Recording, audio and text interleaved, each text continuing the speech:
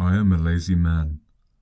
Laziness keeps me from believing that enlightenment demands effort, discipline, strict diet, non-smoking, and other evidences of virtue. That's about the worst heresy I could propose, but I have to be honest before I can be reverent. I am doing the work of writing this book to save myself the trouble of talking about it. There is an odd chance that this is what someone needs to read in order to feel better about himself. If you are a kind person and want to know what to expect when enlightenment strikes and why it comes to you, with or without psychedelic help, this is for you. These are the rules of the game as I see them. I realize that many of us are opening up very fast these days, and one of the most common delusions we face is the belief that our sense of revelation is unique. The feeling of knowing the truth is not enough.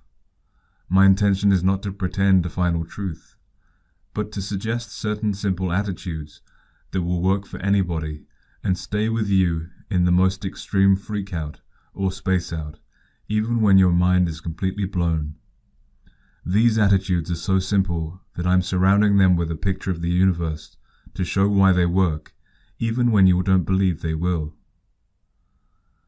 The universe is so vast and complex that if we needed books like this to become enlightened, we'd never make it. But on the other hand, the universe is so simple in design that there's no reason for anyone to be puzzled or unhappy. It's easy to control your existence, no matter how complicated it looks. I've abandoned the idea of writing this a number of times on the ground that people didn't know it because they didn't want to. But in the end, there is no more reason for not writing it than there is for writing it. I am writing what I will want to read someday when I'm stuck in a weird place. Several times on bummers I've thought, what could I say to someone in this state of mind that would mean anything? That's the kind of testing this information has had. There isn't a line in this book that is there just because it sounds beautiful. The information is practical and reliable. It has taken me and others safely through some extreme states of mind, and can be reduced to a few phrases that are simple enough to recall in any crisis. The first chapter begins with a briefly stated idea about how the universe is made, and the rest of the book discusses our lives from that viewpoint. It is a far-reaching idea, extending into every field of knowledge, and since it took me many years to get it straight, I cannot expect that anyone else should casually accept it. All I cannot do is ask that you play the idea game, see where it leads, and check it out against what you know. What has to be true for the universe to look to us as it does? Is there a credible bridge between matter and spirit? Like many people, I wrestled with such concerns for years, and this book contains some of the conclusions.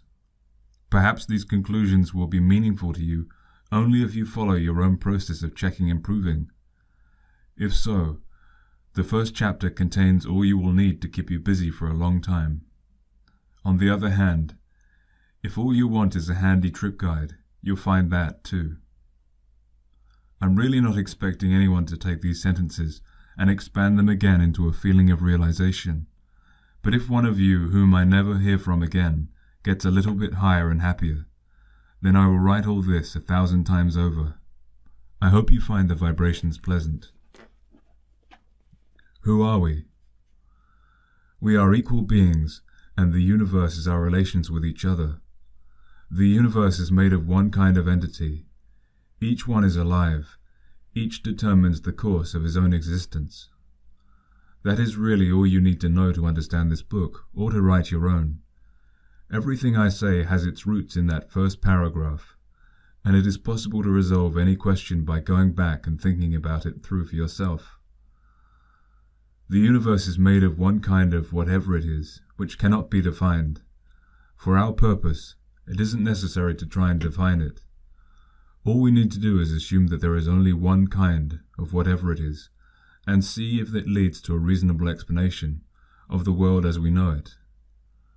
The basic function of each being is expanding and contracting. Expanded beings are permeative, contracted beings are dense and impermeative. Therefore, each of us, alone or in combination, may appear as space, energy, or mass, depending on the ratio of expansion to contraction chosen, and what kind of vibrations each of us expresses by alternating expansion and contraction. Each being controls his own vibrations. A completely expanded being is space. Since expansion is permeative, we can be in the same space with one or more other expanded beings. In fact, it is possible for all entities in the universe to be in the same space. We experience expansion as awareness, comprehension, understanding, or whatever you wish to call it. When we are completely expanded, we have a feeling of total awareness, of being one with all life.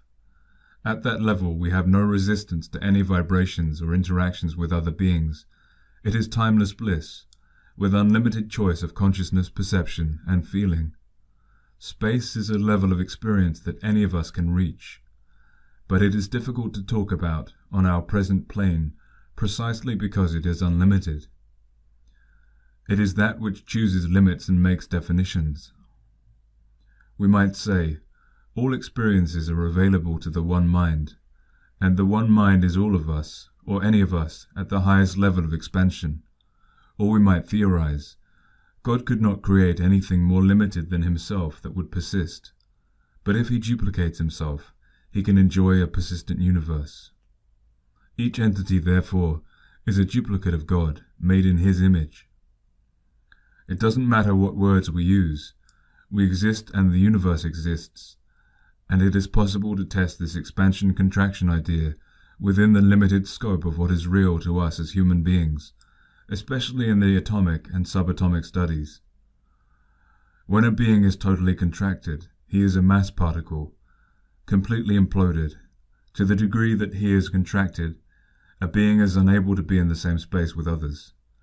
So contraction is felt as fear, pain, unconsciousness, ignorance, hatred, evil, and a whole host of strange feelings. At an extreme, he has feelings of being completely insane, of resisting everyone and everything, of being unable to choose the content of his consciousness. Of course, these are just the feelings appropriate to mass vibration levels, and he can get out of them any time by expanding, by letting go of all resistance to what he thinks, sees, or feels.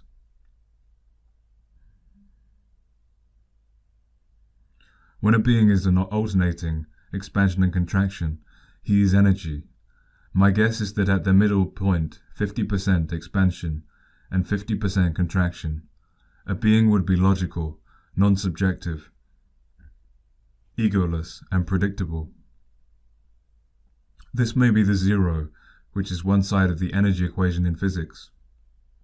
As well as the ego death we go through in expanding to higher levels of awareness.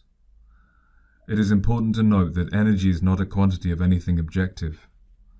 Energy, like space and matter, is what a lot of live beings are doing.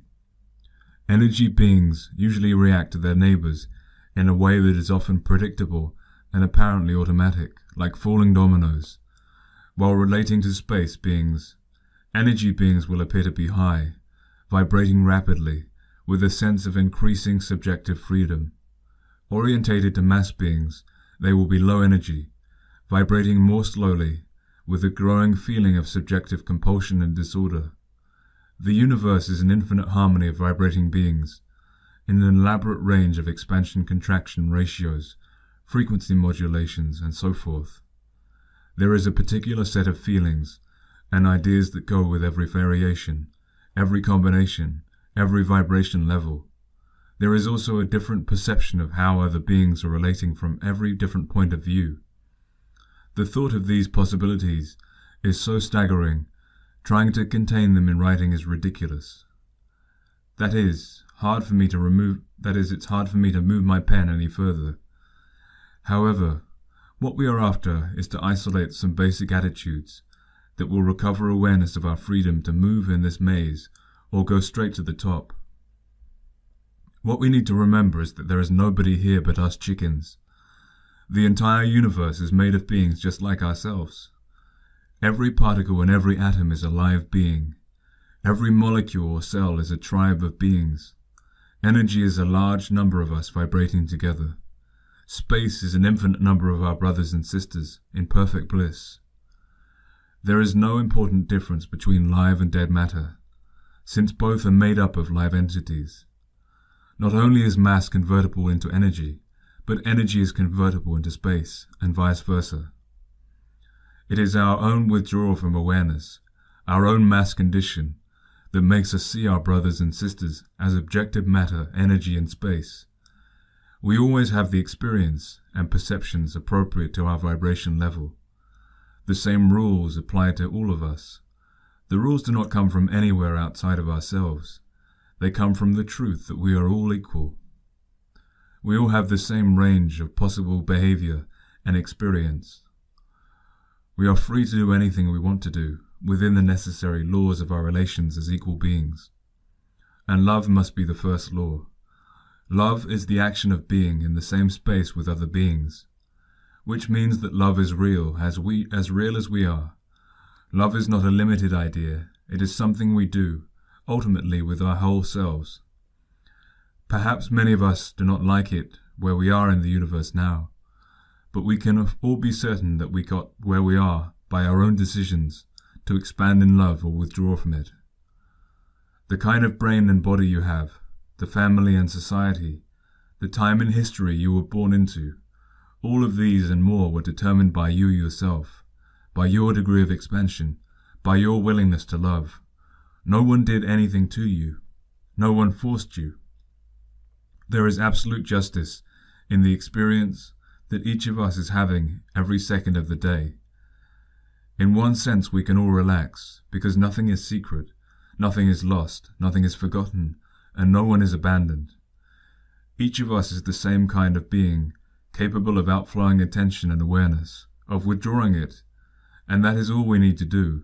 Give full, permissive, loving attention to absolutely anything that we see in our minds, in our bodies, in our environments, and in other people. Expansion in love is action that is available to every being in the universe all of the time. A willing awareness will take us to heaven. A loving attitude will make us free. Nothing else controls our fate. Good or bad behavior is secondary. Whatever you are doing, love yourself for doing it. Whatever you are thinking, love yourself for thinking it. Love is the only dimension that needs to be changed. If you are not sure how it feels to be loving, love yourself for not being sure how it feels.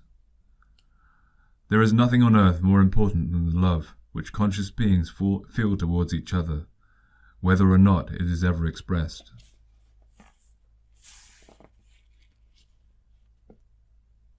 There is no point in worry or wonder about worse or better spiritual conditions, although that game is available. You will not be able to rise above your present vibration level to stay until you love the way you are now. No matter what your spiritual condition is, no matter where you find yourself in the universe, the choice is always the same, to expand your awareness or to contract it. You have to start where you are. There is nothing wrong with being where you are. It's one of the infinite experiences available to us. What you are, I can be. What I am, you can be. Whatever we have done in withdrawing from full consciousness of the one mind, we are doing now. Whatever we are doing will always be within us to do, even when we are not doing it. Therefore, it is not to be resisted, but transcended. These are reminders I frequently use. That's always within me. This, too, can be known with a fully expanded awareness. We can trust the flow of the universe. If these rules of love are true, then they are effective, whether we agree with them or not, whether we are conscious of them or not, whether or not we use words to talk about them. The reality of love is something you do for yourself, with or without words, and judge the results from your own experiences. All information like this exists in space all the time, and doesn't need books for its reality. It's always within you. It follows that I'm not writing this book out of any sense of objection to what anyone believes now. Beyond all reason is the mystery of love. You know we are all equal. No one in truth needs any help from anyone else. No one needs to be told anything or given anything. And then you do the most compassionate act anyway. Do the best for your brothers and sisters that you have in you. I'm relaying what was given to me when I felt I needed it. If I felt that way, maybe someone else does too. This is a letter to my brothers and sisters, a love note to try to show how, when we thought love wasn't working, that it was working perfectly. It is an interesting mental exercise to turn the whole game upside down. The problem is not how to free yourself from the mess level, how to get enlightened. The real question is, if you are a completely free and self-determined being, how did you lock yourself into a body to play games on this material plane? How did you get yourself and others to agree to this game? How did you get it to be so compulsive? Several times when I've spaced out, I flashed, well, if it's that easy to get out, I might as well go back and play the game. Maybe that's the ultimate temptation. And maybe no one really wants to know how easy it is. Nobody wants to upset the game. We may all be playing around, playing let's pretend hide and seek. Physical reality is one of the biggest horror movies of all, and you know how much we love horror movies. If the universe is, as we see it, from our vibration level, and illusory, only partially true, then that's all the more reason for enjoying it and loving it, instead of getting freaked by it. Everything that happens on Earth can be experienced on any of thousands of different vibration levels, from the most euphoric to the gloomiest. We are entirely free to emphasize any level we wish. We change nothing but our own attention and love, our own expansion and love. Since the universe is nothing but live beings, each controlling his own level and his own relationships, there is nothing in the universe that needs to be corrected in any way. We don't have to do anything about it, whatever it is. There is consciousness everywhere in the universe, and we can trust all beings to handle their own decisions. No matter how it looks to us, love never loses control. The laws of our relations are as honest and exact as the laws of physics. I can't say I know at this moment what all these laws are, but on some level, everyone knows that we are all getting exactly what we deserve. The harmony is infinite and one and divine. Where do you figure into it? Don't be too hard on yourself. A little bit of love goes a long way. Look, Ma, I'm enlightened. What do you do to become enlightened? What are the signs that you are succeeding? How does your life change as you become more enlightened? There is nothing you need to do first in order to be enlightened. All potential experiences are within you already. You can open up to them at any time, faster than instantaneously, just by being there. There's no hurry. Total expansion is always there, beyond time, within and around you. You need only open your awareness at the pace you find safe and comfortable. If LSD is too fast, go slower. This is your home. We all belong in the universe. Nothing gets in our way, but most of us are likely to open up in stages, gradually. We tend to go up in cycles of emotion. After each burst of euphoric realization, we may hit a new and different kind of negativity. The next thing we need to learn to love. But the higher you go, the easier it gets. The experience of complete awareness, being space, does not mean being presently conscious of every detail in the universe, every possible relationship being between limited, withdrawn entities. Being space is a readiness to be aware fully of anything conceivable. It means we have no resistance, no denial of any concept or relationship. Therefore, to achieve enlightenment, we are not required to gather any particular set of ideas or experiences, virtues or sufferings. Anything that exists can be experienced with a complete expanded awareness. Regardless of how you have limited your awareness, you are free and self-determined. No other live being, nor any group of beings, can control your vibration level, so there is nothing in the universe, especially the physical part of it, that you can counter, that can counter your free will. That means the physical world has no power over you whatsoever. It doesn't tempt you. It doesn't corrupt you. It doesn't get in the way of enlightenment. It doesn't do anything to you. You are the sole cause of your own level of existence. Your internal condition is never programmed. The experience of being forced or controlled against your will can only occur when you make yourself dense, when you contract your awareness. Our reality at any level consists of whatever unique conscious beings we perceive as alive, and the process of enlightenment is expanding our comprehension of other beings until we experience everything as a live interaction.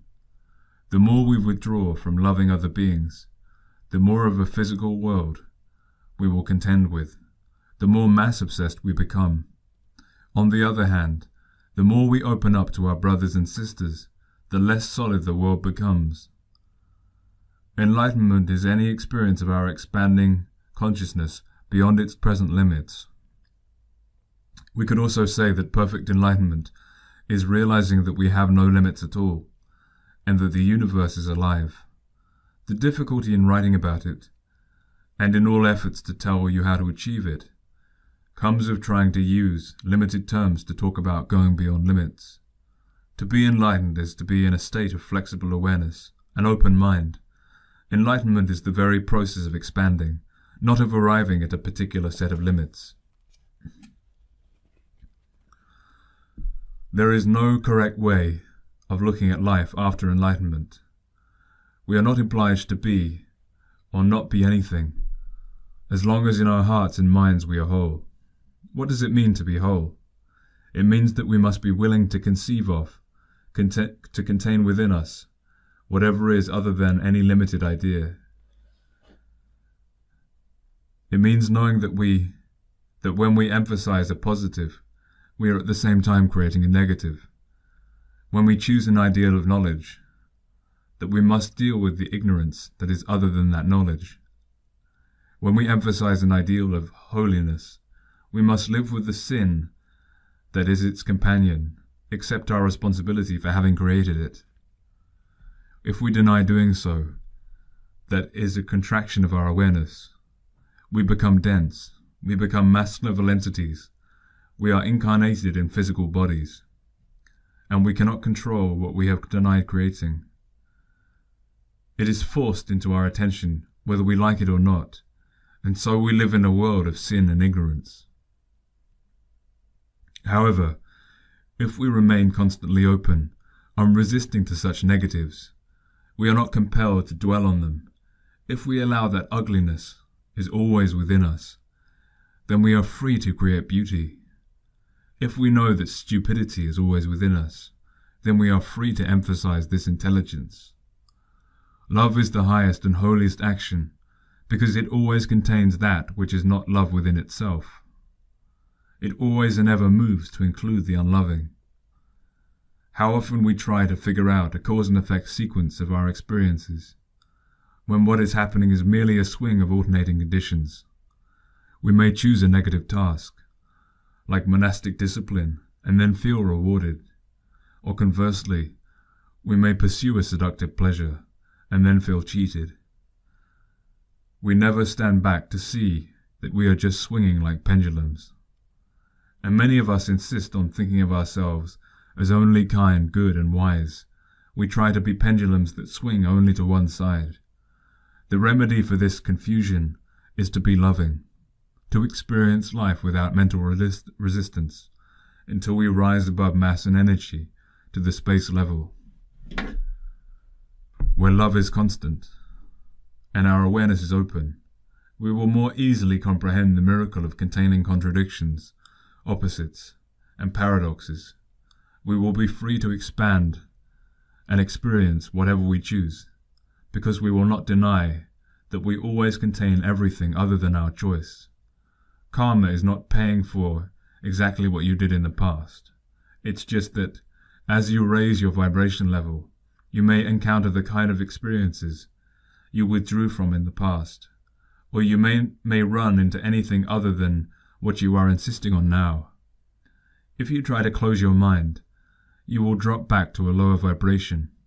But if you look calmly at the undesired events, absorb them mentally, and love yourself for disliking them, you will keep going higher. You might say that, for a while, you must take your bum trip with your high. As you deal with and love each disturbing new phenomena, you will begin to realize that none of the threatening evil that bothered you has disappeared from the world, but your compulsive feelings of dismay and helplessness have gone. You will learn to steer your way around or through turbulent vibrations, and in times they won't happen to you anymore. You will see how you can change your emotions and experiences by understanding their relation to your awareness level. For instance, if your feelings fade after a deeply loving experience with someone, which is especially likely if you were high on marijuana or LSD at the time, you can understand it as a fading out of being in the same space, now that you were both vibrating on a lower level again.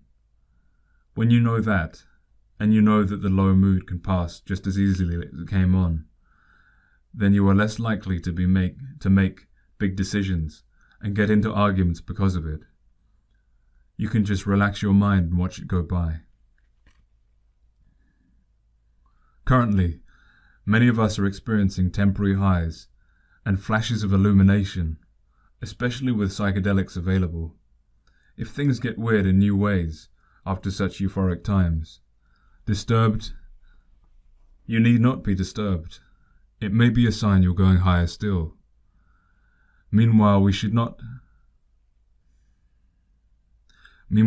realize that we tend to return to the vibration level where we feel stable, something we can live with. It's the level of stability, the level where we feel ourselves to be comfortably on the same vibration with others, that needs to be changed. And that can be done only through an unresisting state of mind, a constantly expanding love. It is quite natural in pursuing enlightenment, or just in trying to be happier, to look to your everyday experiences for signs of results. Indeed, your daily life is nothing else but an expression of your spiritual condition. Your life will change as you become more loving, but not in the ways that you can exactly predict. What happens is not as important as how you react to what happens. There is a good attitude to take towards any goal. It's nice if it happens, nice if it doesn't. Long before you get to where you can confidently make choices in your future, you may find that you are no longer interested in predicting much. You won't mind letting go of one beautiful experience because love will make the next one just as rewarding. Similarly, there isn't much specific advice to be given about enlightened existence and what it should be on Earth, and I am reluctant to make glowing predictions about what is possible. As we have seen, as soon as we are completely willing to create a condition, it changes into something else if our minds are blocked as to alternatives. On our mass level, that something else is often likely to be unpleasant, and as soon as we withdraw from our feelings about it, we are stuck with it. That's one way to explain why ideal and beautiful events vanish from our lives, and bad and dull ones last. And the same applies in predicting a rosy future. No matter how vague and unwieldy the process seems, love will overcome it. It can be safely predicted that as you grow more loving of yourself and others, you will in this lifetime begin seeing every person and object as a perfect form, just the way they are now. You will feel a rich pleasure in every moment, and since beauty is really in the eye of the beholder, your vibrations will be beautiful too.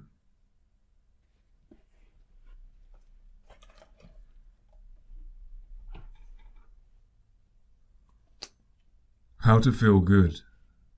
It's alright to have a good time. That's one of the most important messages of enlightenment. We should try to comprehend the highest pleasure level, the pleasure of God, so to speak, in all that we perceive. No one is in higher consciousness wants any of us to have a miserable time on earth. There is a paradise in and around you right now, and to be there, you don't even have to make a move. Not even lifting your eyes from this page, you can open yourself to the diamond-like perfection of everything you see and feel. If you don't think it can happen easily, just be loving, moment by moment, and trust that it will come to you. No one on the space level ever puts barriers or tests in the way of someone who is trying to raise his spiritual level. Hindsight may make it look as if you were being tested, but in truth, you are always being allowed to decide for yourself, to define the universe that is real to you. Higher beings are only too happy when you show yourself loving enough to rise. You will be given every help and chance when you ask for it. Whether you ask by taking LSD or any other way, be it a simple prayer or writing a letter to Santa Claus, you never ask to torment or frustrate yourself. You don't have to prove anything. You can't prove anything. Your vibrations always speak true. You can't lie about them. It is easy to rise on the wings of love, no matter how convincing any perception of any level of reality, no matter how overwhelming, intricate, or complex. You are only seeing a fragment within our true reality. Being just us, unresisting, unattached, loving all. It is also all right to have a good time in sexual relations. In truth, a satisfying orgasm is a spiritual realization more than a technical accomplishment. The flesh is not apart from the spirit. The body is an ecstatic creation of many beings vibrating on other levels of consciousness. A deep orgasm is a realization of love on many levels, including those which many of us now think of as animal. Love getting into the same space, or on the same vibration with others, is the ground of our being, and takes an infinity of forms.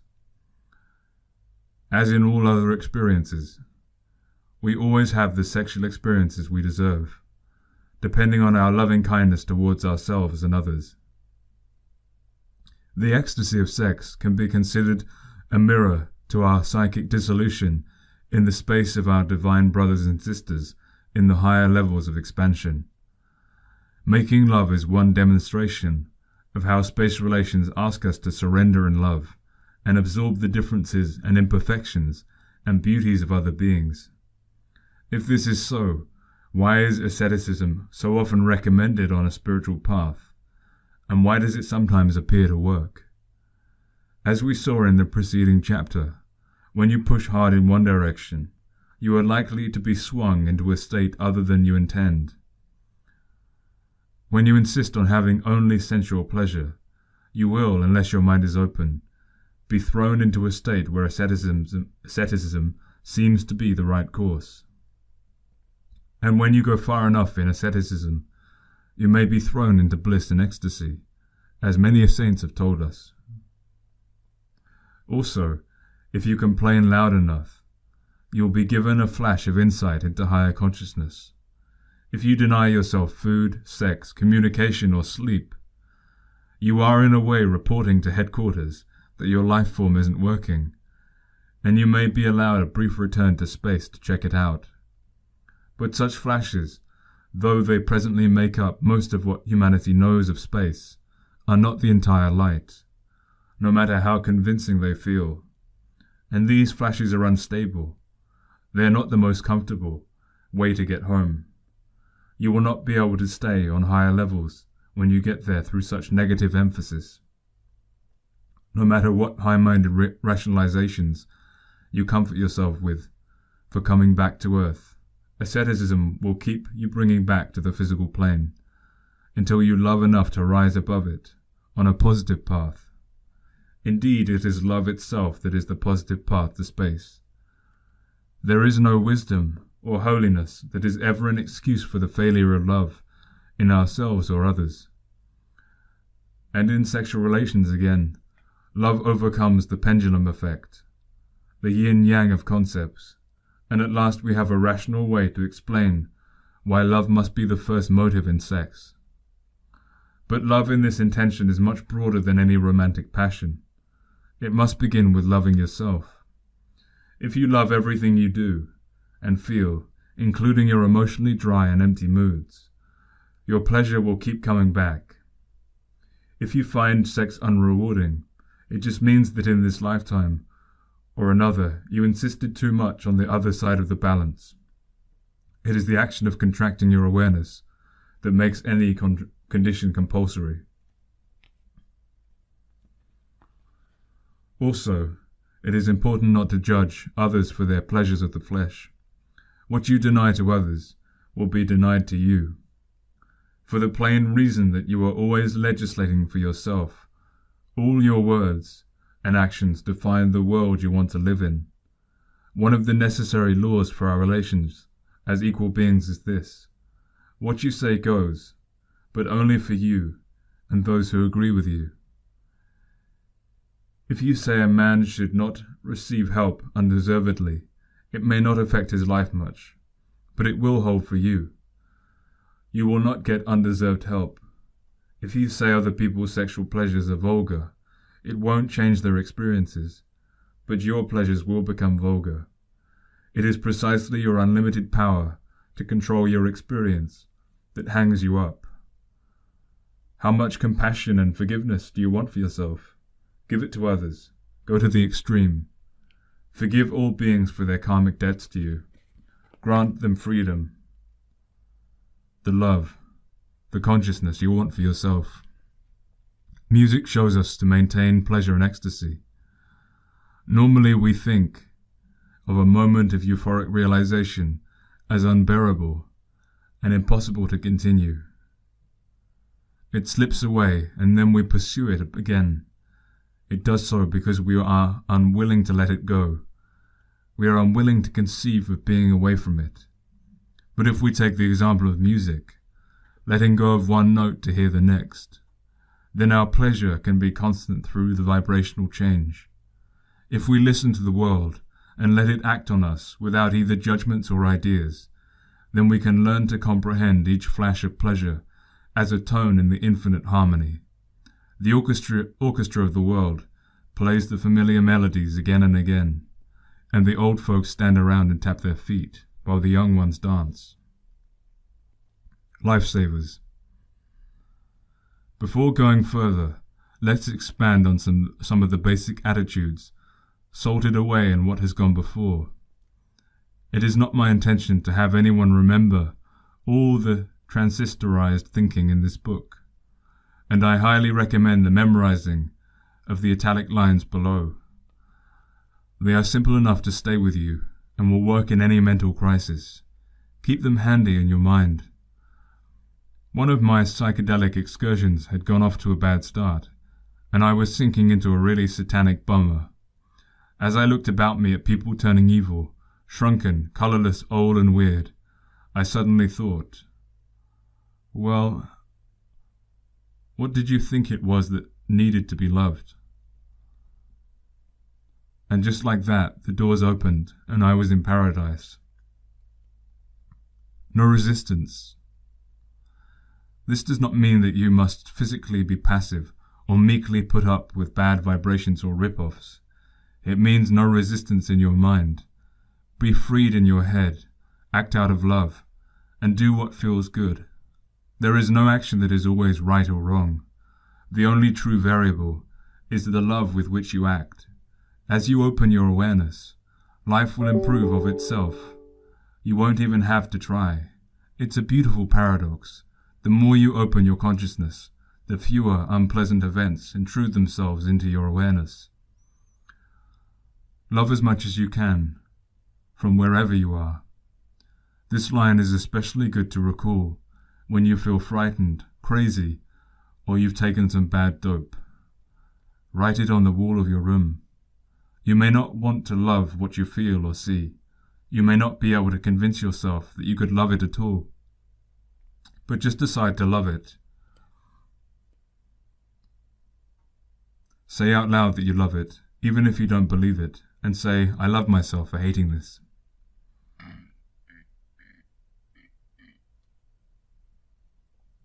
Love it the way it is.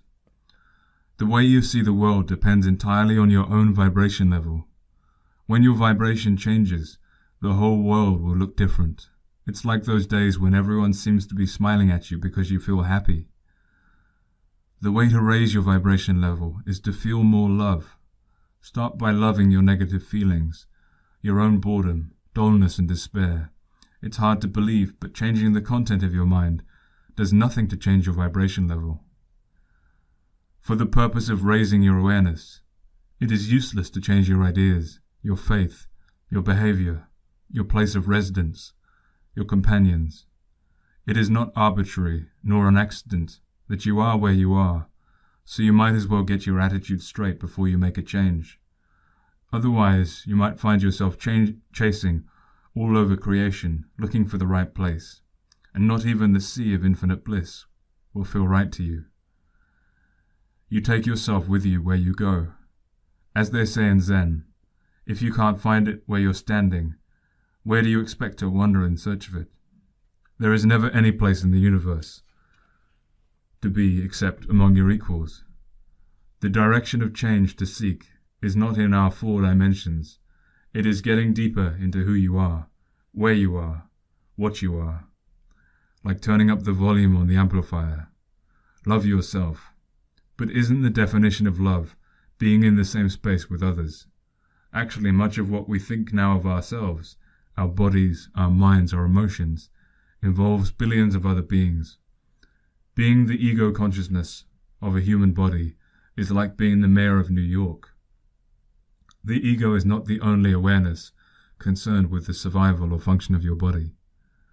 We are free as individual, unique entities to leave any group, such as the group that forms the body, but we will find other beings harmonize with on any level we go. When you love yourself, you are in truth expanding in love into many other beings. And the more loving you are, the more loving the beings within and around you. On all levels, we are mutually dependent vibrations. Play a happy tune, and happy dancers will join you in your trip. In other sense, love yourself is a willingness. Loving yourself is a willingness to be in the same space with your own creations. How contracted would you be if you tried to withdraw from your own ideas? Loving yourself is not a matter of building your ego. Egotism is proving you are worthwhile after you have sunk into hating yourself. Loving yourself will dissolve your ego. You will feel no need to prove yourself as superior. How we got here. We have a flood of ideas and names for many different kinds of human behavior, but much of what we do obeys certain common rules of expansion and contraction. As I said, the rules do not come from anywhere outside of ourselves.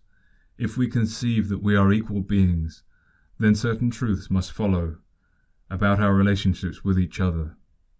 We may call these truths the source of fairness and justice, but such names do not matter. It's just the way it has to be in this universe of life, if it is to exist at all.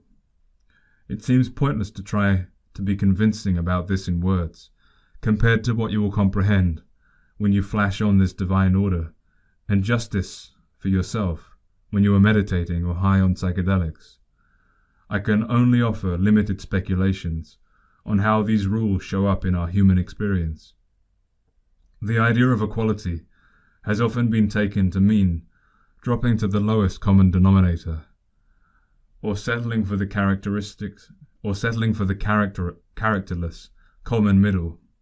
Equality, as I'm suggesting it, is our coming together at the highest level of awareness, pure space, without attachment or resistance, with complete freedom of experience and consciousness, merging with others in whatever ecstasy or calm we choose.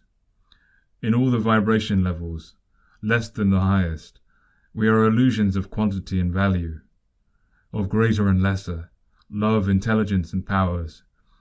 We appear to each other according to the vibrations we choose to emphasize, but we are equal in potential. If that's true, how did we get so deep into mass that physical reality looks like the only reality? And that these comments on space sound like a peculiar and unverifiable fantasy?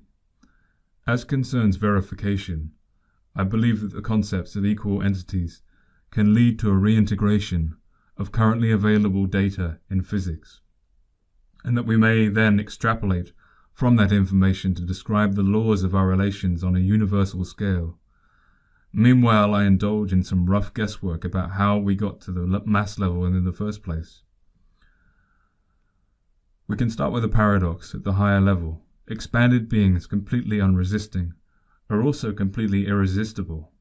Space beings are entirely permissive to other beings. But when one of us contracts, he becomes dense to the extent of his contraction, and is then in appearance propelled by the space beings. The experience of being propelled and later compelled is due entirely to the density of the contracted beings. Space beings have no intention to propel or compel anyone to do anything.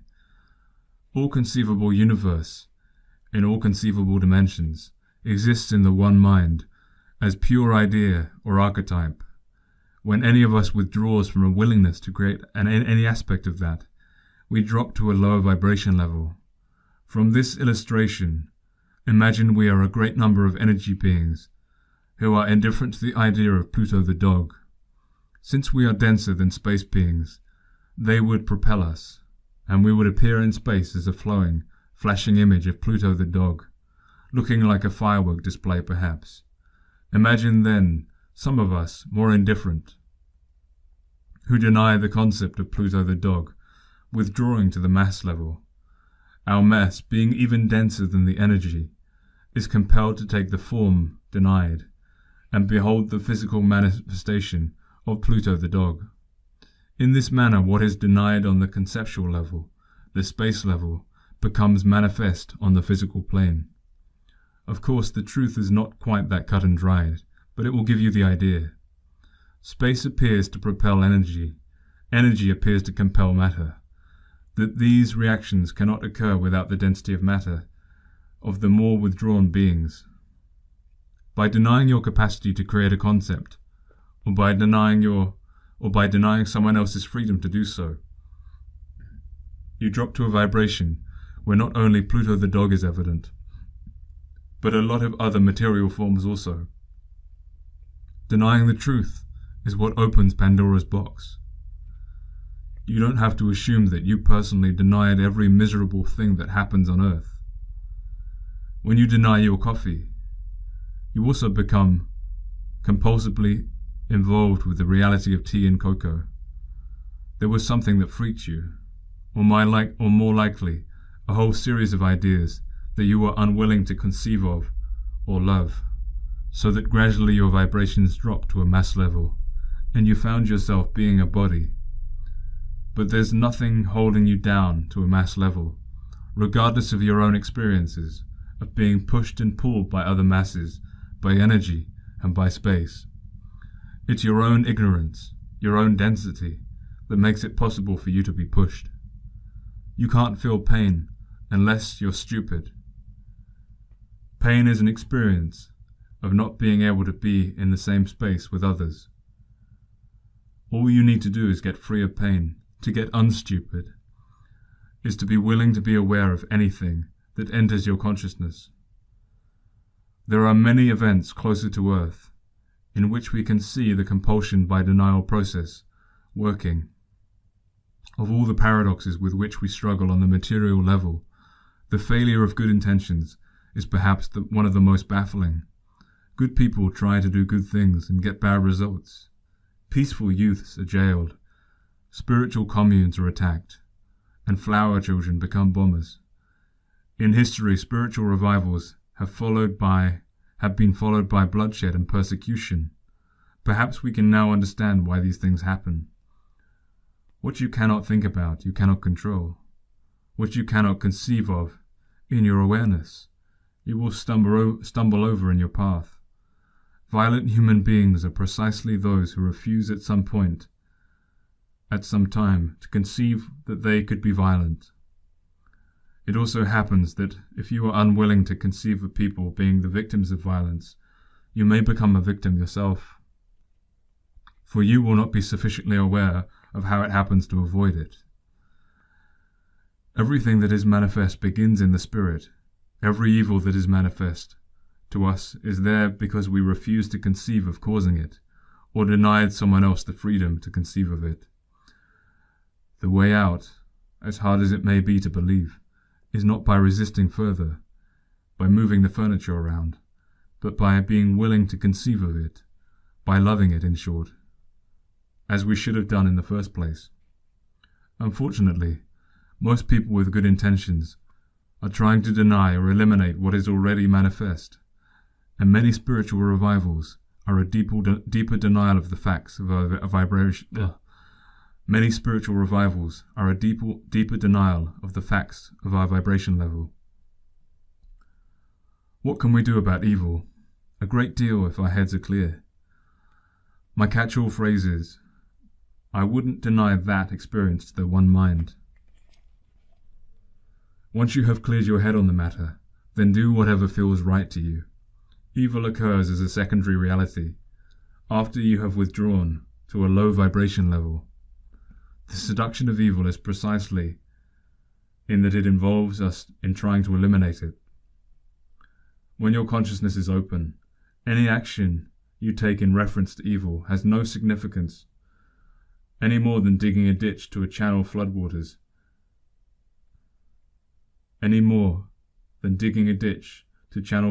away from a house.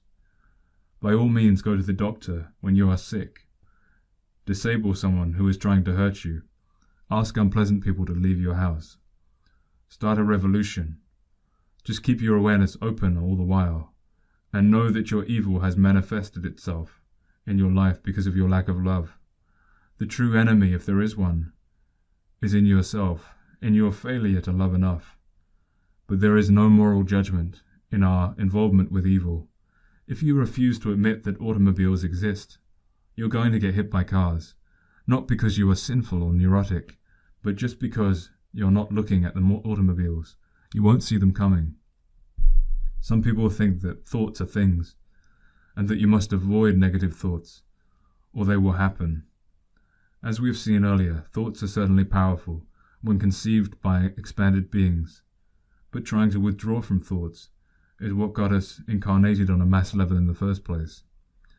If you avoid negative thoughts, they will sooner or later manifest themselves physically.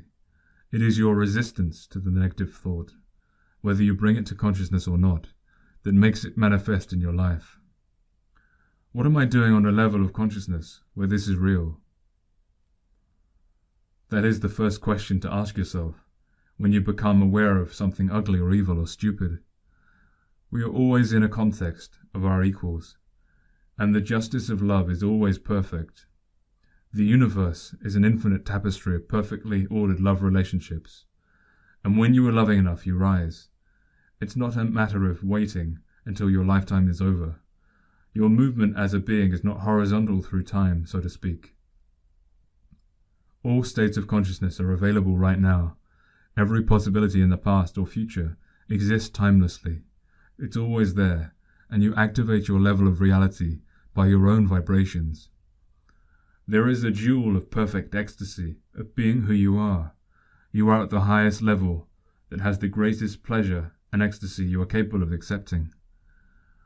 Regardless of what I tell myself, or what I have at times experienced, my greatest pleasure right now is to be penniless in a room in San Francisco writing this book. Try these sayings during meditation. I surrender to this reality. I have no resistance to this reality. I am at one with this reality. I surrender to the justice of our equality. I have no resistance to the justice of our equality. I am one with the justice of our equality. Self-improvement. I hope you will find it encouraging to learn how these ideas, in general, apply to eliminating evils in yourself, to spiritual self-improvement. The more bad thoughts and feelings you try to weed out of yourself, the more there will be. Since I have certain preferences for what I want to do, I must be wary of passing these on as having the dignity of law.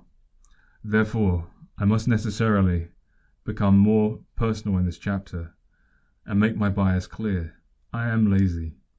It bothers me to see people strenuously pursuing self-improvement, goals by methods that will not work, and urging me to do the same. They're often the loveliest people, and I would love to join them if I thought they would succeed. On the other hand, perhaps they know the goal will never be reached by their means, and I am a fool for exposing what everyone secretly knows. If we didn't have these games, that would leave a void, wouldn't it? I am in the game of refusing pointless games, which may be the most pointless of all. Obviously there is a danger here of wandering in circles, but if someone else knew what was in this chapter, I would want him to tell me, so I must take a small risk. A structure is any relationship between entities that avoids dissolving. The self you know as a human being is a structure, an organization of billions of entities. An odd thing about structures is that they will dissolve, both from success and failure. So the problem, if you want a structure, is to maintain attention somewhere between the two. The idea that structures will disintegrate when completely successful struck me as a peculiar, and I made a list of hasty examples. A victorious empire inevitably breaks into parts or collapses when it reaches its peak, or is unopposed. A man inherits wealth and ruins himself with dissipation. The genius goes insane. Power corrupts. The good die young. Religion breaks into schisms and heresies. A dominant species mysteriously becomes extinct. A cell divides into two. The magician goes mad. Hence people are cautious about success or power too easily gained on some level. On some level, the structure invokes a self-imposed limit on success, including success in pursuing spiritual awareness. Spiritual leaders keep telling us the ego must die to be reborn, but we hold back. The structure preserves itself. The ego, the mental structure, feels better when it has to contend with the tension of threats to itself. We feel high or energetic when tested by negative possibilities. Hard work, discipline, skydiving, racing, wars. Until Vietnam, the North Vietnamese got high off that one. The US didn't because it wasn't threatened. Illness, fasting, asceticism, gambling, drugs, careless driving, arguing, paranoia, contending with the devil, and black magic, and so on. Of course, if the negative definition goes too far, the structure will collapse, but somehow that doesn't bother us. We love to worry about the dangers to our human survival. Unless it's a real one, like the atomic bomb or a germ warfare, then the risk is unreal. We're reluctant to think about it. As a normal process, we define ourselves.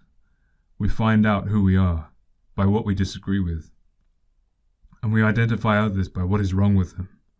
We keep looking until we find some difference between us and them. Virtues in others are invisible, or not really interesting. We become, as human beings, almost alone among species, having solved the problem of maintaining negative tension by being our own worst enemies. We can never completely overcome human nature, in ourselves or others, so the game goes on. It is plain that we are getting a reward from all the ghastly facts of life we complain of. That's what sells newspapers. Negative emphasis results in an intensified structure and a stronger ego, even though some of the activities, like self-denial, are carried on under the banner of spiritual search. The results are the same. On a subtle level, we know that most spiritual endeavors will not succeed, but we go on maintaining the fantasy that they are admirable. Many of us have no intention of really succeeding in dissolving our attachment to structure and going to another plane of existence. But what of those, wise and serious, who zealously pursue enlightenment by traditional methods? Since we know that negative methods of getting high will not lead to a stable experience of space, what is it that makes yoga rewarding? The reason yoga works, when it does, is in the love expressed between the teacher and the student, in the student's willing placement of attention. If you limit your experience to phenomena you are completely willing to conceive of, such as the contents of a cave in Tibet, you will certainly get higher sooner or later. But as soon as you walk out of the cave, you will find people behaving just as they did before. And if you are not willing to be the cause of their behavior and love them as they are, your vibration level will drop. And then you may preach about how evil the world is, how corrupt cities are, how sinful people are. Insofar as we are seriously concerned about evil, not just as a negative tension game, we should see that we need not be concerned with evil as a physical manifestation. It is such manifestations that have their source in space-level concepts that exist in timeless possibility. It is as a concept that evil is real and is always within us. If we cannot learn how to deal with it on earth, we will be plagued by it in heaven. Even if you are not just testing your structure, your motive for purifying yourself, that you feel spiritually impure. This will prevent any genuine gain until you learn to love your impurity you started with.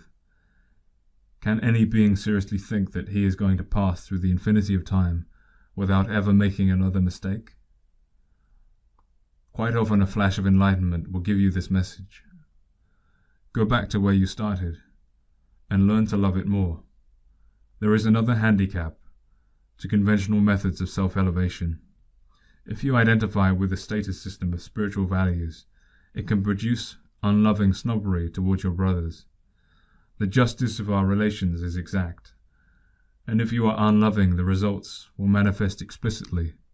You may then complain, if I'm working so hard to be pure, why do these things happen? Why do people hate me? But there is no purity greater than love, even when it is corrupt and unwashed. The positive way to define your ego is to be one with the cause of it, love it the way it is, and then freely choose whatever behavior feels good to you. You won't blow away.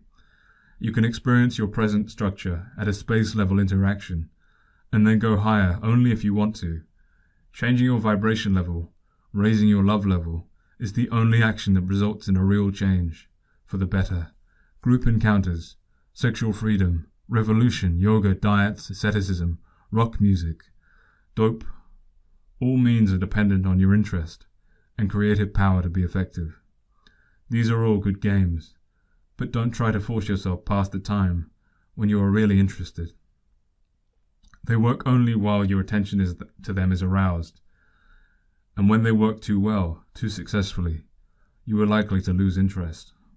When you feel your structure turning into energy and then space, you are likely to pull back, unless you accept what is happening and stabilize at a new level.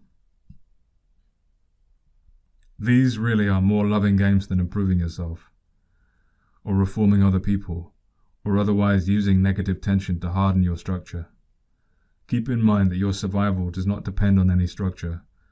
You are a unity, an entity, just like all others in the universe. When you ain't got nothing, you've got nothing to lose. There isn't anything wrong with using negative events to define your ego, as long as you do it consciously, because you want to. The only wrongness in any activity is being withdrawn from the awareness of what you are doing. We can play with these silly games with a lot more pleasure when we're aware of what we're really doing. When you offer people spiritual solutions, or solutions of any kind of anything, for that matter, you are asking them to give up what makes them feel active, alive, and defined, their ego structure. Be careful, it's dangerous. Well, just for starters, take it that every human being is a perfect whatever it is right now. Every state of consciousness is perfect and complete, and does not need to be changed. And every change of consciousness is perfect and complete, and does not need to be static. I have tried to cover all possibility at once with a couple of maxims. Whether I am conscious of it or not, I am one with the cause of all that exists. Whether I feel it or not, I am one with all love in the universe.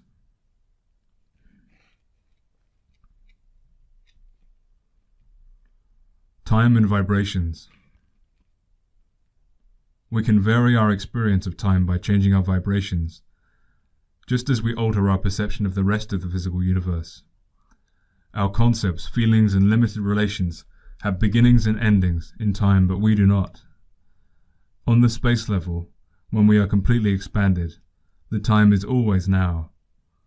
When you look at a lake, there is no water in your mind. Put another way, the awareness of a hard object has no hardness in it. The awareness of confusion is not confused. The awareness of insanity is not insane. The awareness of the passage of time takes no time. There is no time in it. We measure time by the compulsive repetition of interactions on the mass level. The more expanded our consciousness, the less compulsion we are involved in. Our subjective awareness of time is often at variance with the clock. Many of us by now are familiar with the distortions of time when high on marijuana, and of course the stronger psychedelics go to greater extremes. How does this happen? A brief guess at the source of the time experience is highly worthwhile, because it suggests how practical it is to look at your own vibration level before reacting to what you think is an external reality. Think of perception as a kind of radar. Your wave goes out and bounces back from an object. Needless to say, the facts are more complex than this illustration, but it's close enough to serve. Let's say somebody is shaking a table and a cup is starting to slide off. If your perceptual vibrations are very slow, your waves will give you one message about where the cup is when it starts falling, another flash when it is at the halfway of the floor, and another when it hits. But if you're vibrating quickly, you will get many messages as the cup starts to fall, telling you the direction it is going, and you will feel as though you have plenty of time to reach over and catch it if you want to. Note carefully that when your vibrations are slow, events seem to happen fast, and you will feel that events are happening too fast for you to control them, and you may therefore feel impelled to try that much harder to exercise control. You may try to establish habits of orderly behavior. You may resent disorderly people. This is one origin of the power trip. You may try to get away from disturbing events by moving country, or turning off your consciousness with hard drugs or liquor. But the faster you are vibrating, and the more messages you get back from your environment, the slower events will appear to be happening, the more you will feel you're in control. The more you love, the faster you vibrate, and the less you need to feel to control anything. And you are not fearful of the change in a variety. You experience everything deeper and slower, and more lovingly. The higher the ratio of expansion to contraction in yourself, the more expanded and loving you are, the faster you vibrate. The secondary reality is useful in the sense that it will always give you a clear picture of your vibration level. If the world looks beautiful and safe, you are vibrating fast. If it looks gloomy, dull, or frightening, you are vibrating slow, and you need to love yourself for vibrating too slow.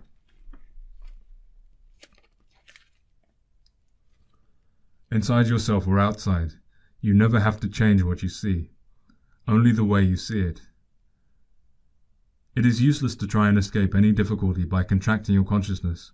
You will have to climb back, up, any hill you roll down. You will have to do it sooner or later, in this lifetime or another, because our true nature is beyond time. Never pull your attention away from a scene impulsively because it looks ugly, unpleasant, or painful. Make a conscious decision. The words are enough, to love yourself for seeing it as revolting. If possible, keep your attention on it until it turns beautiful, or at least until you're indifferent to it. You don't have to go looking for bad scenes to test yourself, or remind yourself of all that is right and all that is wrong in the world, but once a scene manifests itself in your presence, become as fully aware of it as you can. Staying with it is important. You may hide in your room or leave the city, but as an entity, you will still be stuck on a low vibration level of denial if you pull yourself away suddenly. It will seem like the strangest coincidences, when having withdrawn your attention sharply from one unpleasant scene, you keep running into others like it. That will baffle you, and keep happening until you come to an unpleasantness you can tolerate or love. Your vibrations go up. Look at it, love it, and then get away. It's all right to channel your attention to what is pleasant for you. But what else is freedom for? But as long as there is free will, there is always going to be some beings creating vibrations you do not like, no matter what level you are on. The point is to take your leave in a way that doesn't hang you up. After a few experiences with weird loving events, you will be tuned in enough to get early warning when someone is likely to rip you off, or otherwise stir up bad vibrations, when the cup is starting to full, so to speak. You will be able to make the right moves before it gets too involved. Don't feel that it is unspiritual to perceive unwholesome possibilities in other people. It isn't paranoia if the object of your fear is real. It's just careless karma if you ignore early warnings, keep your mind open, unresisting to any possibility, and what gives you the information to keep evil from manifesting in your life. Pay attention here and now. It's all right to say no. No matter what others are doing, you are the only one who is responsible for what happens to you. There is nothing in the external event that in any way determines your feelings and experiences. Your life is entirely governed by your vibrations, what they tell you, and how you respond. The slower your vibrations, the more unpleasant your life. You will contend with more conflict, mass and pain. Events will happen too fast for control, yet time will also seem interminable because you can see no way out. But when you raise your vibration level, you can neatly sidestep collisions, both psychic and physical, and quite literally change the world for the better. Love is the strongest magic of them all. When you learn to love hell, you will be in heaven.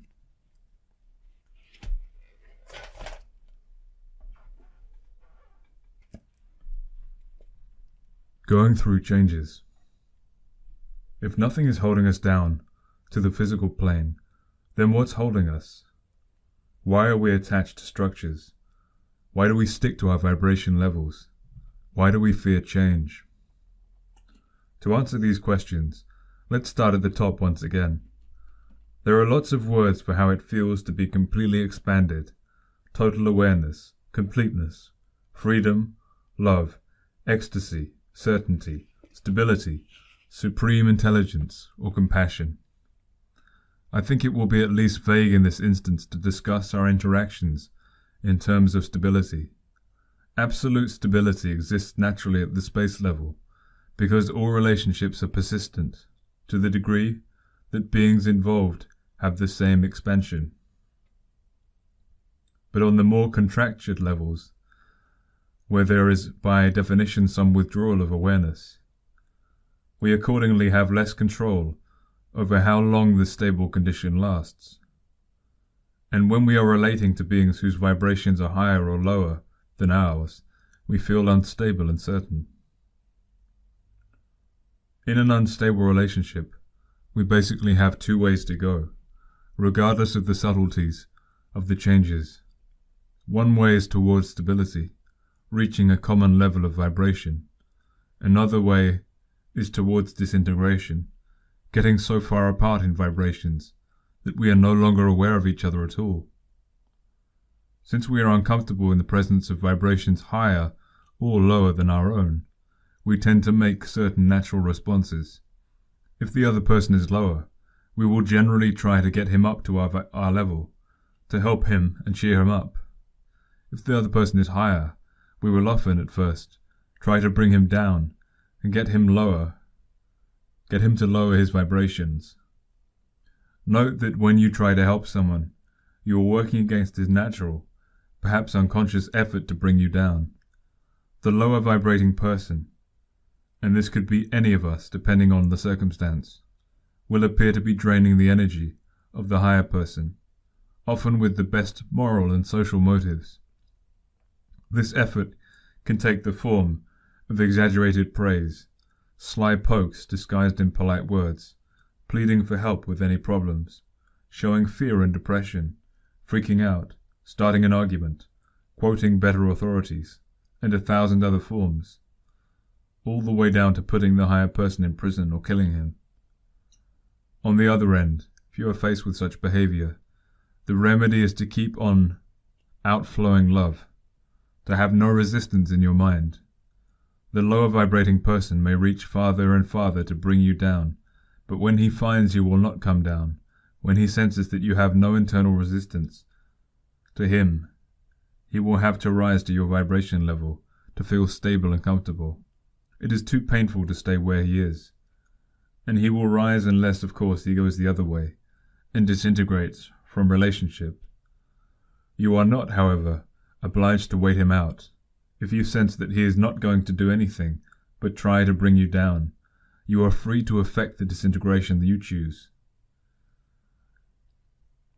In current language, just split. Don't dwell on it. Don't feel guilty about it. It's in the natural order of things.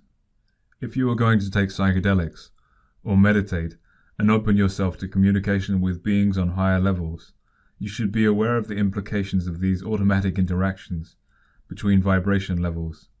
You are likely to feel overwhelmed, driven, compelled and degraded, full of psychic terror, the bummer, until you drop your resistance, expand in love, and move up to the vibrations of the higher beings.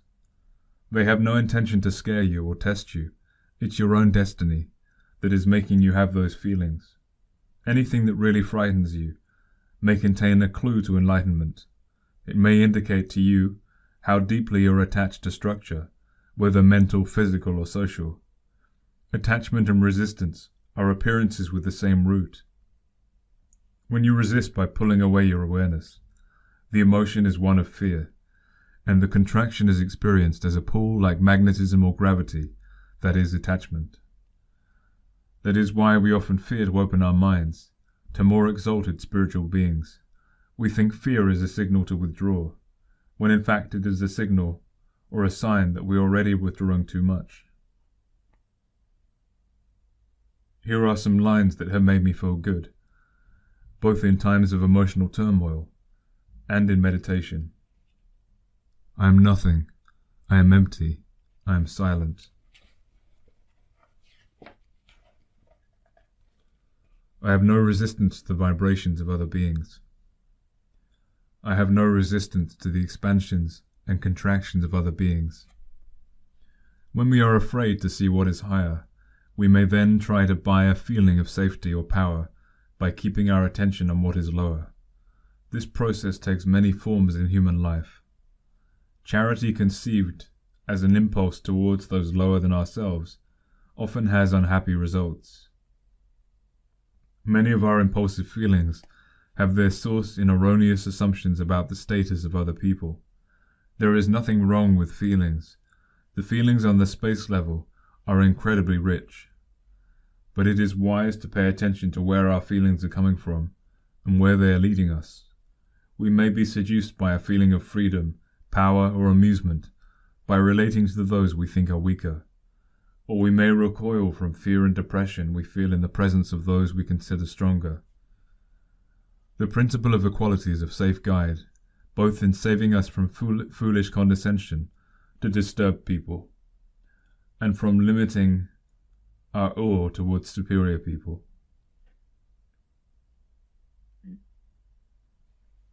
The solution to all of our push-pull tensions is to treat everyone, every being you recognize as alive, as equal to yourself. Always look deeper than any evidence that you are unequal. If any other person displays great wisdom or genius, produces paintings, or even inflates himself to writing books on advice like this one, just don't believe it. It is any evidence that his potential is higher than yours. Don't believe it. Know that anything he has done, you can do, not in the sense of debasing him, but of elevating yourself. Don't admire him excessively. That separates you. Let him be what he is. Love him as your brother. Enjoy what he produces. Treat him as an equal. And whatever you see on a psychedelic trip, just say, I'm equal to that. We are all equal to that. On the other side, if a person displays sickness and insanity, degradation and emotional distress, helplessness and despair, and don't just believe it. and don't believe that there is any evidence that his potential is lower than yours. Know that anything you are doing, he can do. Don't blindly agree with this game. Don't react as though what he is doing is real. Let him be what he is. Love him as your brother. Have compassion for him. Treat him as your equal. Begin with the knowledge that he can bring himself out of it. And don't ignore him, necessarily, unless you know that he has been running the same movie over and over and over, and are bored with it. Your attention is always life-giving. It will make him feel stable and loved, and he can go up from there if he wants to. You can even tell him in words that you don't believe his game. Do it while you are bandaging his wounds, or feeding him, or giving him money. Don't act superior to him. You aren't, you're his equal. Ignore the sin and love the sinner. It is not a personal affront to you when someone is being discordant. It is a measure of his pain. He's showing you how much he hurts, and how much compassion he needs. But keep in mind too, that all victims are innocent. In a certain karmic sense, no victims are innocent, but that doesn't mean that we shouldn't help them. For it is our fate to exist in relation to them, and how we behave determines our own karma. But we should give him, or she, help in a way that does not extend our attachment to low vibrations. That means we should give what we would expect to get, good or bad, in the same circumstance, and begin with the knowledge that all beings are equal. While we still believe there are people greater or lesser than ourselves, we tend to hang on all the more tightly to our current vibration level. We will be fastened to the people who make us feel at home. We will be stuck with our ideas, our emotional habits, our jobs, our bodies. We will be afraid to change because we fear that the unstable experiences we have when we try to reach a higher level. We will be afraid of falling to a lower level if we let go of our current stability. Once you begin to behave in the knowledge that no being is greater or lesser than yourself, then you are free to change, because you will feel stable no matter what level you're on. You will feel calm, sure of yourself, with or without a body, with or without a job, a brain, a book to read, or a book to write. Withdrawing awareness from the expansions of others and keeping attention on the contraction of others fastens us to the world of matter. It is reassuring to know that this process, which got us incarnated in bodies in the first place, is also happening in our daily lives, and can be reversed very easily starting now. It has a nice truth to it. The way that will relieve your woes on the physical plane will also take you to the highest spiritual realizations. And the way is simple. No resistance. What is real? The concept that we live in a universe of equal beings can make sense of all religions, and can contain all metaphysical attitudes. It is the easiest raft to discard when we reach the other shore, that is no shore. It can tell us how to live on this plane. It can integrate our scientific knowledge. It can show our physical existence is the expression of spiritual laws. It gives us an absolutely confident understanding of what is true and what is real. Equal and unique life beings are all that is fully true and real in the universe. We are the universe. We experience the deepest sense of reality only at the highest expansion in perfect love. On lower vibration levels, we see others relating to each other in a way that is not entirely true or real. For a down-to-earth example, let us consider that the people in an audience are real, but audience is a name for something that will disappear when the people go home. In this sense, the audience is an illusion, a temporary, partial and limited reality. It has no independent causative existence of itself.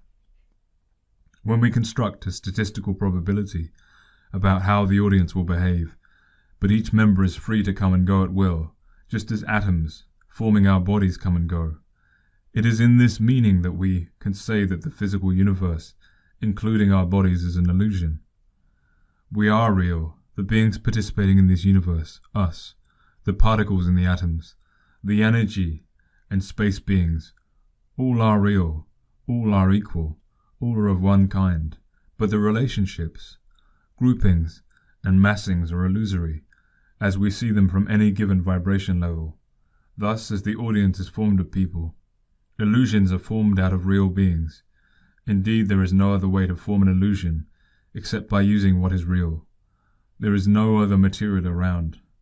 However, rather than speak of the world as illusory, which can be interpreted as a license to steal and be otherwise unloving, and can only be annoying, when you feel stuck wherever you are, it is better to call it a secondary reality.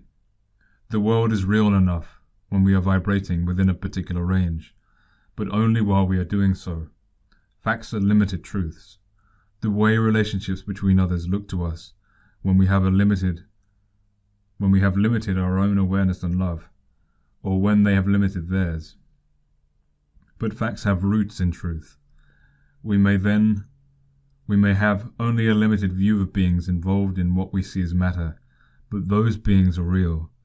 They are self-determined and are acting in harmony. However, we don't need facts to be wise and loving. Different sets of facts are real, at different vibration levels. The truth is the same for everyone. The facts are always a little different for everyone. Facts are certainly fascinating, like gossip. Who's doing what to whom, and what's doing what to what? Of the gathering of facts there is no end. Sometimes we feel that if we had enough of them, we could just get at the truth. Sometimes we madly try to deny them, even though we are attached to a vibration level from which they will not disappear. Illusions, facts, are reliable to the extent that they have truth in them, but they are also somewhat delusory. Delusions are denials of the truth. If we use the physical plane to deny higher reality, we are deluded. But if we deny the higher reality, if we deny the reality that is the material world, we are deluded also. We cannot rise above the physical plane by denying its reality. We must love it and affirm the reality of the live beings who form it. Some of us grow discouraged from spiritual efforts because enlightening experiences don't always help us handle the facts of physical existence any better. We may even mess up more. An LSD trip may show us how vaporous the world is, and then we get annoyed because hard mass-level reality is still there when we come down. Enlightening experiences can help us in dealing with facts by showing you that you are completely flexible, whatever it is, capable of existing on many different vibration levels, both within and above the physical plane.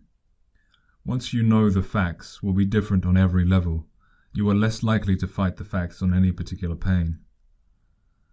As your awareness opens up, you will be able to choose the level you want, and you will have more enjoyable facts to deal with. There is no being in the universe more powerful than you, but there are also none less powerful than you. This should be the starting point for all of your behavior towards people. I often say to myself, let my intentions not attempt to contradict the necessary laws of our relations as equal beings. Since every being is self-determined, you cannot change anyone else's vibration level against his will, nor are you obliged to. You cannot in reality hurt or help others without their agreement to play the game, nor can anyone hurt you or help you without your agreement. Indeed, your perception of others is colored by your own limited vibrations until you reach the higher levels, so you have no way of knowing exactly what it is you are trying to change. On the other hand, you do control your own vibration levels absolutely, and that's all the freedom you need to govern your own relationships and experiences. You are free to be wherever, anywhere you want to be in the world that is real to you now. And beyond that, you are capable of being in any time, on any vibration level, on any system, with whomever you like, regardless of how trapped you feel, how weighed down by one day after another. Your fundamental freedom is not affected. If you look at your environment now, you will see a great deal of reality that makes you feel secure, even when it hurts or tires you out. It's all right to hold on to that while you think this is over. Nothing is going to happen unexpectedly, just as a result of reading about how free you are. In any case, you're never alone. There are many beings aware of you at all times, loving you, ready to make you feel whenever you're ready to open up to it. Taking care to see that you don't get in too deep, encouraging you to love yourself. The world you see is a truth.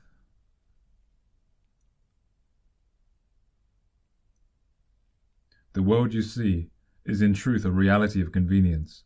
In a sense, the universe will compassionately arrange itself into anything you need to be to work out your preferences.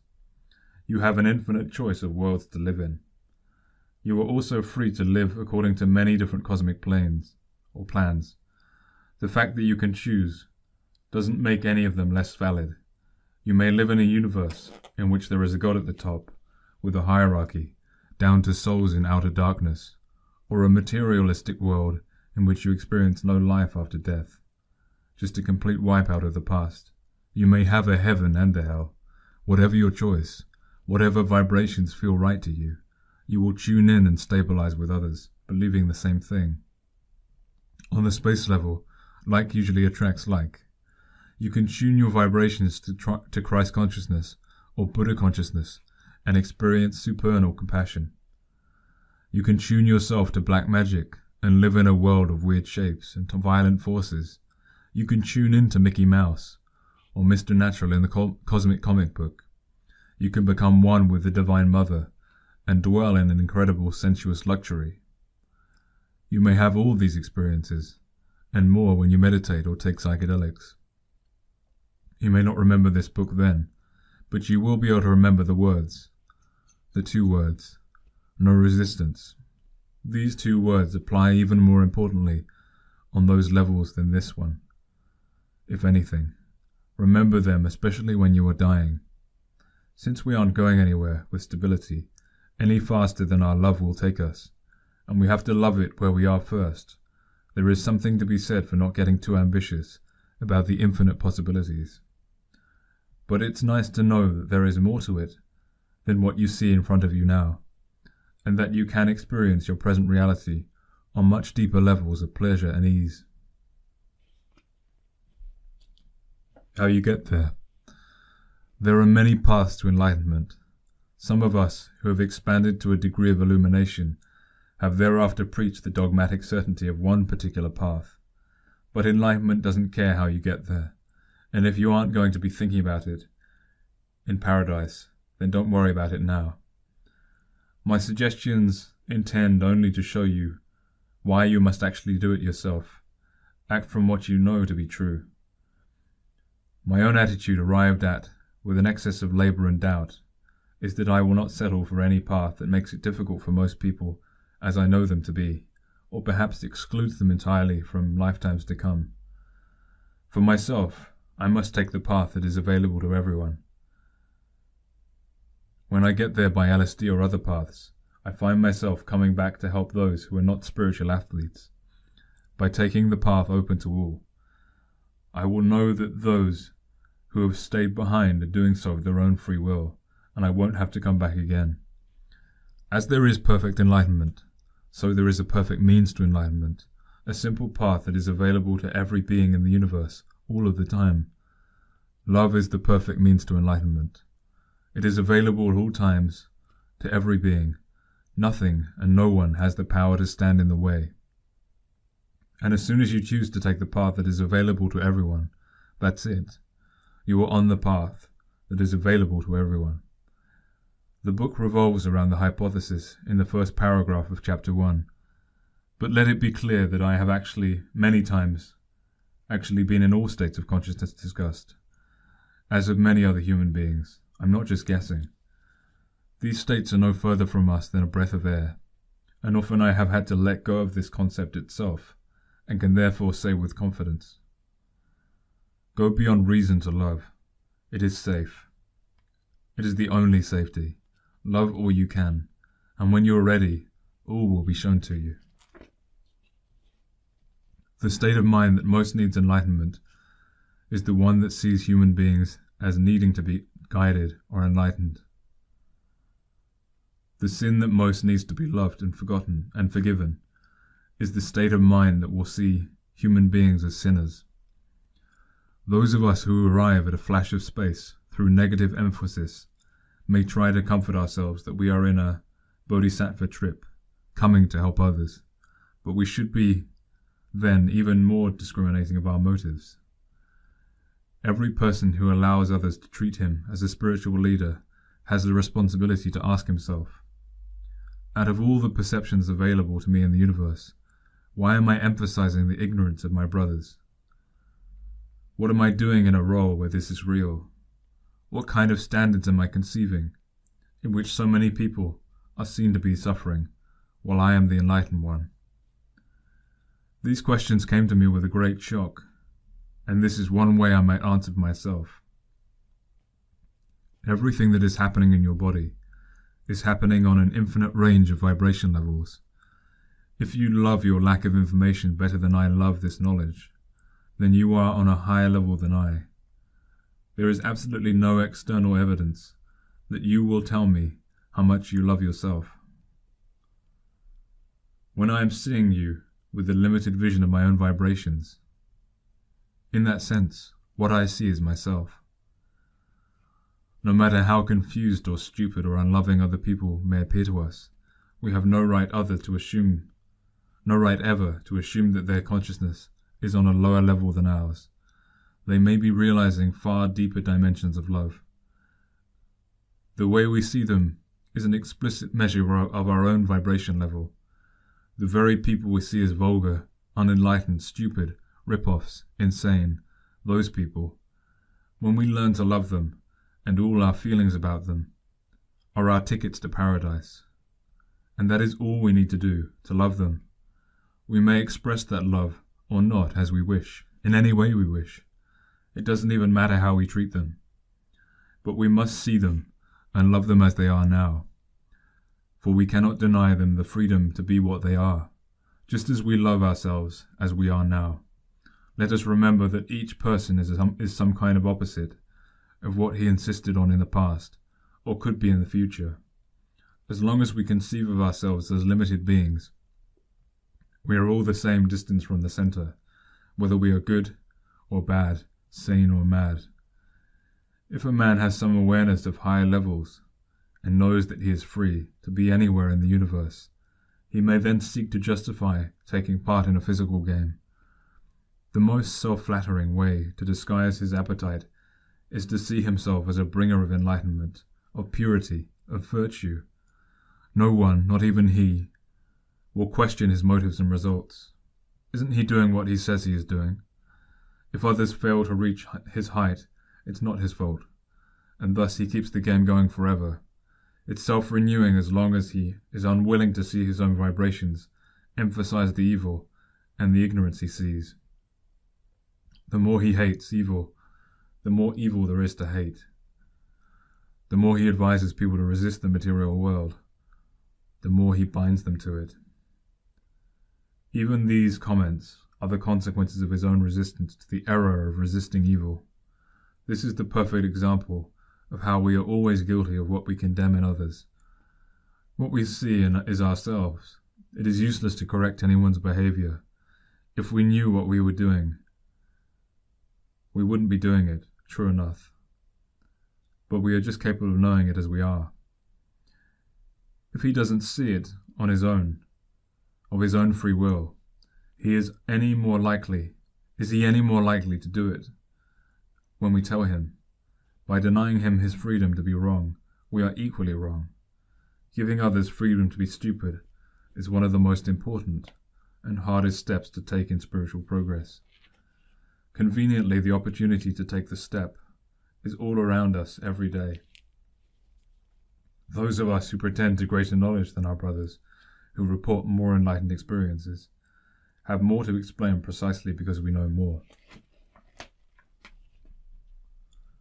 This book is the description and the education of my own ignorance, and beyond the information herein, I am trying to show how a human being can handle this type of experience. I have had without laying strange trips on his brothers and sisters.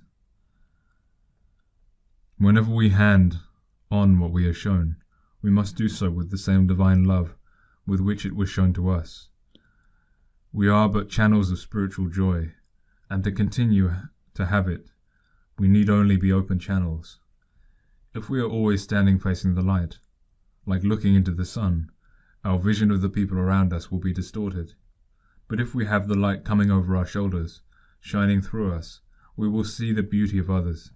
We will be open to the light coming through all forms, and know the glory of the creation. And I often say it, thank you, brothers and sisters, for letting my consciousness be in this place. While we have humility and pride enough to act on the knowledge that we exist in an infinite harmony, that we are neither greater nor lesser than any others, we can enjoy the exquisite spiritual wealth and pleasures. Let every jewel remind you of the diamond light of love. Know that the smallest kindness is a facet in the infinite jewel of enlightenment. A fable. Once upon a time, there dwelt an old king in a palace. In the center of a golden table in the main hall, there shone a large and magnificent jewel. Each day of the king's life, the stone sparkled more resplendently. One day a thief stole the jewel and ran from the palace, hiding in the forest. As he stared with deep joy at the stone, to his amazement, the image of the king appeared in it. "I've come to thank you," said the king. "You've released me from my attachment to earth. I thought I was freed when I acquired the jewel, but then I learned I would have to be released only when it was passed on with a pure heart to another. Each day of my life I polished the stone, until finally this day arrived, when the jewel became so beautiful that you stole it, and I passed it on. I'm released. The jewel you hold is understanding. You cannot add to its beauty by hiding it, and hinting that you have it, not yet by wearing it, with vanity. Its beauty comes of the consciousness that others have of it. Honor that which gives it beauty." Even lazier. A selection of reminders from the text. We are all equal beings, and the universe is our relations with each other. What am I doing on a level of consciousness where this is real? No resistance. Love as much as you can, from anywhere you can. Whether I am conscious of it or not, I am one with the cause of all that exists. Whether I feel it or not, I am one with all the love in the universe. Love is the only dimension that needs to be changed. Go beyond reason to love. It is safe. It is the only safety. All states of consciousness are available right now. It's always within us to relate this way. Enlightenment doesn't care how you get there. Whatever you are doing, love yourself for doing it. There is nothing you need to do first in order to be enlightened. This, too, can be experienced with a completely expanded awareness. I wouldn't deny this experience to the one mind. What did you think it was that needed to be loved?